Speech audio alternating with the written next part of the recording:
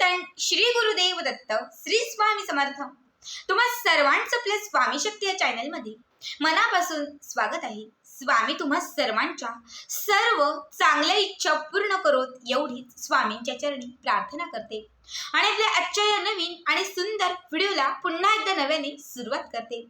बघताना आजच्या या व्हिडिओमध्ये आज मी तुम्हाला माझाच एक सुंदर अनुभव सांगणार आहे। हा अनुभव व्यंकटेश स्तोत्रांचा आहे।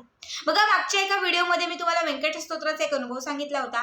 त्यावेळेस जी सेवा केली होती ती कुठल्याही इच्छा प्राप्तीसाठी केली नव्हती किंवा कुठल्याही गोष्टीसाठी केली नव्हती। एक वाचायचं म्हणून आपण वाचून बघूयात, करून बघूयात म्हणून मी जस्ट केलं होतं।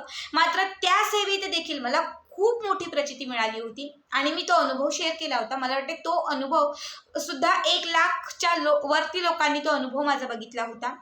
आता यावेळेस मी व्यंकटेश स्तोत्र अनुष्ठानाला सुरुवात केली होती ती खास माझ्या एका इच्छा प्राप्तीसाठी होती आणि ते जस्ट मी करायला सुरुवात केली। मलाही वाटलं नव्हतं असं काही घडेल किंवा असं काही घडत जाईल। मात्र इतका मोठा अनुभव मिळाला, साक्षात प्रसाद मिळाला, साक्षात मला दर्शन मिळालं। म्हणजे माझ्या आयुष्यातील हा सगळ्यात मोठा अनुभव। बघा, आत्ताच मी अक्कलकोटचा एक अनुभव शेअर केला होता तुमच्यासोबत। तोही मला वाटते बऱ्याच लोकांनी बघितला, 2 लाखच्या वरती लोकांनी बघितलेला आहे। तोही प्रसंग माझ्या आयुष्यातील खूप मोठा होता। मात्र आज मी तुम्हाला जो अनुभव सांगणार आहे, आत्ताच 8 दिवसांपूर्वीच झालेला किंवा घडलेला माझ्यासोबतचा हा प्रसंग, हा एक सगळ्यात मोठा अनुभव आजच्या या व्हिडिओमध्ये मी तुमच्यासोबत शेअर करणार आहे। आज मी तुम्हाला माझा हा व्यंकटेश स्तोत्राचा सगळ्यात मोठा अनुभव सांगणार आहे।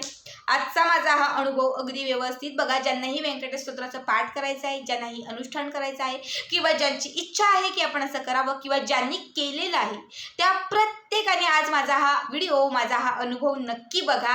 आज साक्षात मला जी प्रचिती मिळालेली आहे, आता मला मिळाली म्हणजे तुम्हाला नाही मिळणार असं नाही, मला भेटले म्हणजे तुम्हालाही 100%च भेटणार।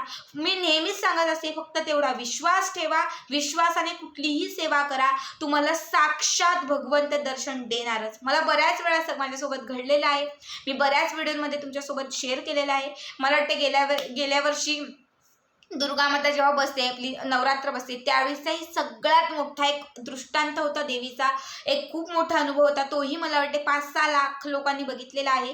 त्यानंतर अक्कलकोटचा तो दुसरा सगळ्यात मोठा प्रसंग आणि आजचा हा व्यंकटेश स्तोत्राचा हा तिसरा सगळ्यात मोठा प्रसंग की ज्यामध्ये साक्षात रूपी मला भगवंतांनी दर्शन दिलेलं आहे।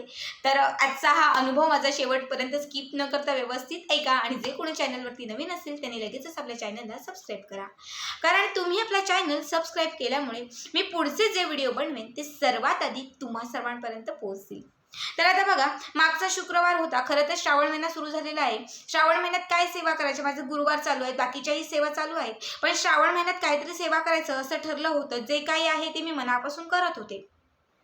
मागचा शुक्रवार होता। खरं तर व्यंकटेश स्तोत्राची सेवा आता प्रत्येक जण आपापल्या इच्छेनुसार किंवा आपापल्या गोष्टींनुसार करत असतं। मात्र व्यंकटेश स्तोत्राची सेवा जी आहे ती आर्थिक प्राप्तीसाठी, आर्थिक प्रगतीसाठी खास करून केली जाते। तुमचे आर्थिक कुठलेही प्रश्न असेल, माता लक्ष्मी घरात येण्यासाठी असेल, पैसा घरात येण्यासाठी असेल, पैसा टिकण्यासाठी असेल, कर्ज फिटण्यासाठी असेल, घर खरेदी करण्यासाठी असेल किंवा मग गाडी खरेदी करण्यासाठी असेल, आर्थिक कुठल्याही गोष्टी, आर्थिक कुठलेही जे प्रश्न असतील ते सगळे प्रश्न व्यंकटेश स्तोत्राच्या अनुष्ठानाने सुटतात।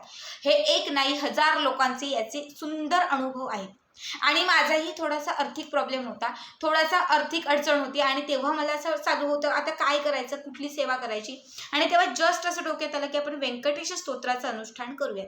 खरं तर मागेही मी व्यंकटेश स्तोत्राचं अनुष्ठान केलं होतं, मात्र ते मी अजिबात इच्छा प्राप्तीसाठी किंवा कुठल्याही गोष्टीसाठी केलं नव्हतं। तर ते मी एक सहजच वाचायचं म्हणून वाचलं होतं, पण त्यामध्येही आमचा जो देव्हार आहे त्या देव्हाऱ्यावरती साक्षात भगवानांची पावलं उमटली होती आणि तो व्हिडिओ देखील मी आपल्या चॅनलवरती शेअर केला होता। खूप मोठा अनुभव होता तो देखील। ते झालं। आता मी असं ठरवलं की आता आपण इच्छा प्राप्तीसाठी व्यंकटेश स्तोत्र करूयात, मनापासून करूयात असं माझं ठरलं। शुक्रवारचा दिवस होता, मला वाटतं मी लादी काहीतरी पुसत होते आणि सकाळी 7-8 काहीतरी वाजले असेल, मी लादी पुसत होते आणि तेव्हाच डोक्यात आलं की आता आपण व्यंकटेश स्तोत्राचे पाठ करायचे असे, आज रात्रीपासून ही सेवा सुरू करायची असं माझं सगळं ठरलं। माझ्या डोक्यात अजिबातच असं नव्हतं की हे करायचंच किंवा काय असं, करायचं पण इतकं ठरलं होतं, पण डोक्यात मी तेच ठेवलं नव्हतं। माझी दुपारची जी काही कामं होती ती सगळी कामं झाली। खरं तर लादी वगैरे पुसून झाली त्यानंतर मी आमच्याच गावामध्ये महादेवाचं मंदिर आहे जिथे मी दररोज अभिषेक घालण्यासाठी जात असते. आमच्या कुटुंबातल्या सगळ्याच महिला जातात अभिषेक घालण्यासाठी, त्यांच्यासोबत मीही गेले. अभिषेक वगैरे झाला, 11-11:30 वाजता मी घरी आले. मग माझं जे स्वयंपाक होतं ते स्वयंपाक झाला, बाकीची जी काही कामं होती ती झाली, व्हिडिओ बनवून झाला, तुमच्यासाठी व्हिडिओ मी पोस्ट केला, असं सगळं काही झालं. त्यानंतर मला वाटतं 3-3:30 वाजले असेल. खरं तर मी दुपारी कधीच झोपत नाही, पण त्या दिवशी 3-3:30 वाजले आणि अचानक मला खूप झोप आली होती. माझा डोळाच एकदम म्हणजे डोळेच उघडत नव्हते, इतकी मला त्या क्षणाशी झोप येत होती. तर माझं सगळं काम झालं होतं, म्हटलं आता अर्धा तास आपण झोपूयात. या विचाराने मी असे डोळे बंद केले, अशी थोडीशी झोपली. मला वाटते 4 वाजले असतील आणि थोडेसे असे मला असं जाग आली की आता उठायला लागेल, बाकीचे कामं आवरायला लागतील, म्हणून थोडेसे असे डोळे उघडले आणि थोडेसे डोळे उघडले त्यावेळेस माझ्या बेडवरती, खरं तर आमचं डबलचं घर आहे, आता बऱ्याच जणांनी बघितलं असेल माझा होम टूर, तर डबलचं घर आहे, त्याच्यामध्ये वरती माझी बेडरूम आहे आणि तिथे दुपारी मी एकटीच असते, मिस्टर वगैरे खालीच असतात, बाकी सगळे लोक खालीच असतात. तर मी वरती एकटीच झोपले होते बेडरूममध्ये आणि जेव्हा थोडेसे डोळे मी उघडले तेव्हा माझ्या बाजूला एक म्हातारा बाबा, जो ज्याला दाढी होती असा दाढीवाला बाबा माझ्या बाजूला होता. आता कुणाचा याच्यावर विश्वास बसेल, कुणाचा विश्वास बसणार नाही, पण माझ्या हातात हे व्यंकटेश स्तोत्राचं पुस्तक आहे आणि मी खरंच मनापासून तुम्हाला सांगतेय की मला ते बाबा मला प्रत्यक्ष दिसले. तर माझ्या बाजूला ते दाढी लावलेले आणि हसत असे एक बाबा दिसले आणि मी एकटीच होती. मी खूप घाबरली, खरं सांगते मी खूप घाबरली की या दाढीवाला बाबा कोण आला, माझ्या रूममध्ये का आला, किंवा हा इथे येऊन कसा, म्हणजे कुणी कसं येऊन बसतं, कारण त्यावेळेस मला अजिबात माहिती नव्हतं, वाटलंही नाही की हे साक्षात रूपी भगवंत असतील किंवा अजून काही. तर मी थोडेसे डोळे जेव्हा उघडले तेव्हा हे दृश्य मला पूर्णपणे दिसलं. माझं अंग पूर्ण घामाने भरलं, मला खूप घाम येत होता, खूप भीती वाटली मला. खरं तर आमचा देव्हारा खाली आहे, आमचा जो हॉल आहे त्या लिव्हिंग रूममध्ये आमचा देव्हारा आहे आणि मी व्यंकटेश स्तोत्राचे पाठ हे खाली करणार होते. तिथेच बसून रात्री 12 वाजता हे सगळे पाठ करायला मी सुरुवात करणार होते. पण मी इतकी घाबरले होते त्या दिवशी, म्हणजे दुपारी हा प्रसंग झाला. पुन्हा एकदा सांगते, सकाळी मी ठरवलं, दुपारी माझी कामं झाली आणि 3 वाजता मी झोपले. त्यानंतर म्हणजे मी सुरुवातही पूजेला सेवेला केली नव्हती. सेवेला सुरुवात करण्याच्या आधी फक्त डोक्यात मी असं ठरवलं होतं आणि त्याच दिवशी हा दृष्टांत झाला. बरोबर 3:30 ते 4च्या दरम्यानमध्ये मला ते दृश्य दिसलं. साक्षात एक दाढीवाला बाबा माझ्या बेडरूममध्ये माझ्या पलंगावरती बसलेला होता आणि ते माझ्याकडे बघून हसत होते. जेव्हा मी व्यवस्थित डोळे उघडले की कोण होतं इथे, म्हणजे असं की कोण होतं इथे, आपल्या बाजूला कोण येऊन बसलं, असं व्यवस्थित बघण्यासाठी जेव्हा मी बघितले तेव्हा ते दृश्य मला अगदी अदृश्य होताना तेही माझ्या डोळ्यांना दिसत होतं. आणि जेव्हा ते अदृश्य होताना ते हसत होते तेव्हा मला कळून चुकलं होतं की साक्षात व्यंकटेश भगवान मला दर्शन देण्यासाठी इथे आले होते. हा पहिला प्रसंग होता. मी पटकन मिस्टरांना फोन केला, कारण ते खालच्याच रूममध्ये होते. त्यांना फोन केला, म्हटलं वरती या. तर ते आले वरती. ते बोलले काय झाले, आणि मी सांगितलं की ते कोणते दाढीवाला बाबा बसला होता, असं दिसलं. खरं तर कुणाचा विश्वास बसतो नसतो. ते हसायला लागले खूप. ते बोलतात असं काही नसेल. पण मी बोलले मी बघितलं, मी स्वतः बघितलं त्यांना, ते इथेच बसले होते, ते अदृश्य होतानाही मला दिसते. मग ते बोलले कदाचित असेल, तुझा इतका विश्वास आणि भक्ती आहे तर कदाचित तुला दर्शन घडलंही असेल. ते झालं. त्यानंतर काय झालं, हा प्रसंग झाला. मग मी उठले, 5-5:30 वाजेपर्यंत फ्रेश झाले. त्यानंतर मग माझा एक व्हिडिओ बनवायचा होता, तो व्हिडिओ बनवून झाला माझा आणि मला वाटते 6 वाजले असेल. खरं तर मी कधीच 6-7च्या दरम्यान घराच्या बाहेर पडत नाही, खरं सांगते, कारण लक्ष्मी येण्याचा टायमिंग असो आणि त्या टायमामध्ये स्वयंपाक वगैरे करायला लागतो. 8च्या आत माझ्या घरामध्ये स्वयंपाक लागतोच, त्याच्यामुळे मी त्या टायमात कधीच कुठे बाहेर पडत नाही. 6 वाजले. मी खाली वरून माझ्या वरच्या बेडरूममधून खाली किचनमध्ये गेले. माझे मिस्टर असेच तिथे बसले होते सोप्यावरती आणि त्यांना मी सहज म्हटलं, आता आमच्या गावाच्या बाजूला, माझं गाव निंबवली म्हणून आहे, गणेशपुरी वज्रेश्वरी तिथलं निंबवली म्हणून आहे आणि तिथून आम्हाला थोडंसं सिटी एरिया किंवा थोडंसं मार्केट असं अंबाडी म्हणून आहे, एक छोटंसं एक शहर आहे, तर ते पडतं. इथून 10 मिनिटं लागतात. तर मी मिस्टरांना बोलली की आपण अंबाडीला जाऊयात. तर ते फक्त एवढंच बोलले की कशासाठी. मी बोलली की माझी ब्लाउजं वगैरे शिवायला द्यायची आहेत, कारण आता रक्षाबंधन जवळ आलेलं आहे, तर ब्लाउजं वगैरे शिवायला द्यायचे आहेत. दरवेळेस माझा नवरा जो आहे तो कुठेही जाताना आज नको, उद्या जाऊ, परवा जाऊ असंच म्हणत असतो, किंवा प्रत्येक वेळी काहीतरी म्हणजे हेच सुरू असतं. 2 दिवसात जाऊ, तुला उद्या सकाळीच नव्हतो.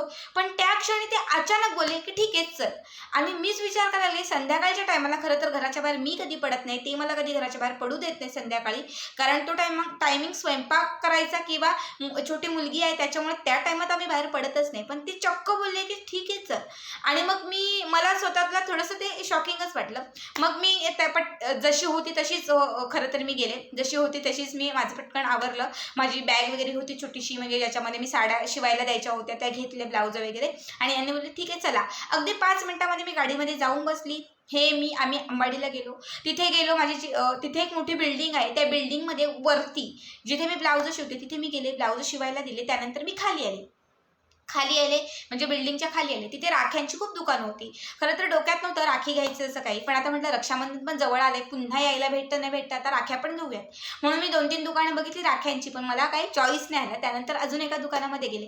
तिथे मी राख्या चॉईस करत होते. त्याच वेळेस ना अंबाडीमध्ये म्हणजे त्या सिटीमध्ये बँडचा आवाज येत होता, बँजो वाजत होता. तर मला वाटतं एखाद्याचं लग्न असेल किंवा एखादी वरात निघाली असेल, काहीतरी असेल इथे. कारण की आणि एका वेळेस असंही वाटलं की एवढ्या पावसाच्या टायमामध्ये म्हणजे असं लग्न कसं कोण करू शकतं किंवा लग्न कसं काय असेल. पण मी विचार केला काही असेल, ज्याची त्याची इच्छा. कारण खूप लोक नाचत होते, खूप लोक काय काय असं ते चालू होतं. माझं अजिबात तिकडे लक्ष नव्हतं, काहीच नव्हतं. फक्त तो आवाज माझ्या कानात येत होता. मी अशा राख्या बघत होते, राख्या घेत होते. राख्या चॉईस करतानाच जे राखीवाले काका होते म्हणजे जे दुकानदार होते ते एका व्यक्तीशी बोलायला लागले. ते समोरच्या एका व्यक्तीसोबत बोलायला लागले. तिथे समोरून अशी लोक जात होती, बँड बाजूला वाजत होता. आणि तो जो समोरचा व्यक्ती आहे तो राखीवाल्या काकांना ओळखत असेल आणि तो बोलला की काय कसं चालू आहे दुकान वगैरे. ते दोघांचंच कन्व्हर्सेशन चालू होतं. आणि तितक्यात ते राखीवाले काका बोलले, म्हणजे त्याला बोलले की हे काय आहे. आणि त्यावेळेस तो समोरचा व्यक्ती बोला की आज बालाजी भगवंतांचा एक मोठा इथे कार्यक्रम आहे आणि त्या निमित्त ही वरात चालू आहे किंवा त्या निमित्त हे बँजो वगैरे लावलेले आहेत. आज आमचा असा कार्यक्रम असतो किंवा असा कार्यक्रम आहे आणि त्यानिमित्ताने हे सगळं सुरू आहे. मी खरं तर त्या माणसाकडे जेव्हा मागे वळून बघितलं, मी त्याला बघितलंही नव्हतं. मी राख्या चॉईस करत होते आणि जेव्हा त्याने बालाजी भगवंतांचं नाव घेतलं, जेव्हा मी बघितलं, असं आमच्याकडे हरे राम हरे कृष्ण असंही म्हणतात त्या लोकांना, बघितलं तर पूर्ण असा टिकळा लावला होता आणि ते सगळे लोक जे होते ते बालाजी भगवानांची सगळी लोक होती. आणि त्यांचा त्या दिवशी काहीतरी कार्यक्रम तिथे अंबाडीमध्ये होता. त्या कार्यक्रमानिमित्त त्या लोकांचं ते सगळं काही चालू होतं. खरं तर मला अजिबात माहिती नव्हतं की असा काही कार्यक्रम असतो किंवा असा काही कार्यक्रम होतो किंवा असं काहीतरी असतं. मी पहिल्यांदाच ते सगळं काही बघितलं होतं, ऐकलं होतं. आणि त्या व्यक्तीने पटकन एक प्रसादाचा द्रोण घेतला, ज्यामध्ये बघा भात वगैरे असा शिजवलेला असतो. तो द्रोण घेतला आणि त्या काकांना दिला, राखीवाल्या काकांना दिला की हा घ्या आमचा प्रसाद. म्हणजे बालाजी भगवंतांच्या त्या लोकांनी तो प्रसाद त्या काकांना दिला आणि न कळत त्या काकांनी तो प्रसाद माझ्या समोर ठेवला आणि मला सांगितलं की घे तू पण यातला थोडासा प्रसाद घे.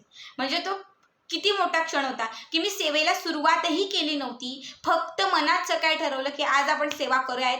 तर मला दुपारी दृष्टांत झाला. साक्षात मला बालाजी भगवंत माझ्याच रूममध्ये दिसले. ती पहिली गोष्ट. आणि दुसरी गोष्ट म्हणजे तेव्हा मला कळून चुकलं की याच गोष्टीसाठी कदाचित देवाने मला इथे बोलवलं असेल. कारण त्या टायमात मी कधी जात नाही, माझा नवरा मला कधी नेत नाही, पण त्यांनीही मला नेलं, मीही गेले. आणि त्या दिवशी तो प्रसाद जो आहे बालाजी भगवंतांचा, तो प्रसाद मला खायला मिळाला. त्यांचीच इच्छा असेल आणि खरं तर सेवेला सुरुवात करण्याच्या अगोदरच मला दृष्टांतही झाला आणि प्रसादही मिळाला. ही सगळ्यात मोठी ती गोष्ट होती. मनात खूप असं काही येत होतं, खरं तर खूप रडू येत होतं त्यावेळेस का काय देवाची लीला असेल किंवा खरंच काय किमया असेल. विचारही केला नव्हता, अशा गोष्टी घडत होत्या. त्यानंतर मी एका दुकानामध्ये गेले. त्या दुकानामध्ये गेले आणि तिथे मला व्यंकटेश भगवानांचं, बालाजी भगवानांचं एखादं पुस्तक किंवा मला एक प्रतिमा हवी होती. आमच्याकडे अशी कुठलीही पुस्तकं किंवा प्रतिमा खरं तर भेटत नाही. पण आता सेवा करायची, माझ्याकडे व्यंकटेश स्तोत्र होतं, नित्यसेवेच्या पुस्तकात आहे, ते मी वाचणार होते. पण समोर काहीतरी प्रतिमा पाहिजे, काहीतरी फोटो पाहिजे असं मला वाटत होतं. आणि तो फोटो किंवा प्रतिमा माझ्याकडे नव्हती.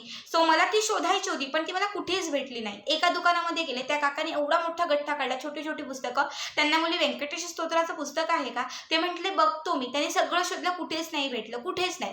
मन माझं खूप नाराज झालं की मला एक पुस्तक पाहिजे होतं. मला सेवा तर करायची आहे, पण पुस्तक मला प्रतिमेसाठी, त्या फोटोसाठी हवं होतं. नाही भेटलं. मनात खूप काय काय चालू होतं. त्या काकांनी सगळी पुस्तकं काढली, ती पुन्हा ठेवून दिली आणि मी सहजच बोलली की काका एकदा पुन्हा ही पुस्तकं इथे ठेवा ना, मी शोधून बघते. आणि त्या काकांनी एवढा मोठा गठ्ठा माझ्या समोर ठेवला. टेबल होता समोर, काउंटर त्याच्यावरती ठेवला आणि त्यातलं वरचंच पुस्तक मी काढलं. वरचं एक कुठलं तरी पुस्तक होतं, मला वाटते काहीतरी रुक्मिणी स्वयंवरच होतं. ते पुस्तक बाजूला केल्याबरोबर हे व्यंकटेश भगवानांचं पुस्तक त्याच पुस्तकाच्या खाली होतं, जे मलाच मिळालं. काकांनी इतकं शोधलं पण नाही भेटलं आणि जस्ट मी फक्त, कारण मन नाराज झालं होतं आणि जे पुस्तक खरं तर त्याच्यामध्ये कुठे नव्हतंच, त्यांनाही नव्हतं दिसलं, मलाही नव्हतं दिसलं. पण सेकंड टाईम बघितलं तेव्हा त्या वरच्याच पुस्तकाच्या 2 नंबरलाच खाली हे पुस्तक होतं, जे मला मिळालं. ही सगळ्यात मोठी माझ्यासाठी गोष्ट होती.